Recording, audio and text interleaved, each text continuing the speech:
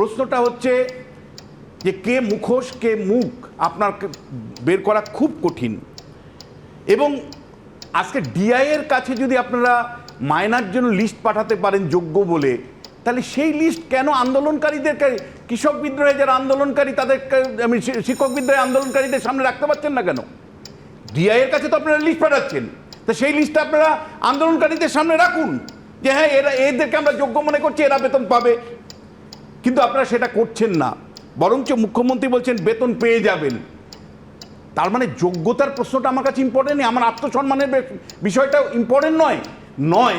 মুখ্যমন্ত্রীর কাছে আত্মসম্মানটা একেবারেই ইম্পর্টেন্ট নয়, কারণ গত 14 বছরে সংস্কৃতিবান বাঙালিকে উনি অর্থনৈতিক জীবে পরিণত করেছে। সংস্কৃতিবান বাঙালিকে উনি হোমো ইকোনমিকাস, অর্থনৈতিক জীবে পরিণত করেছেন।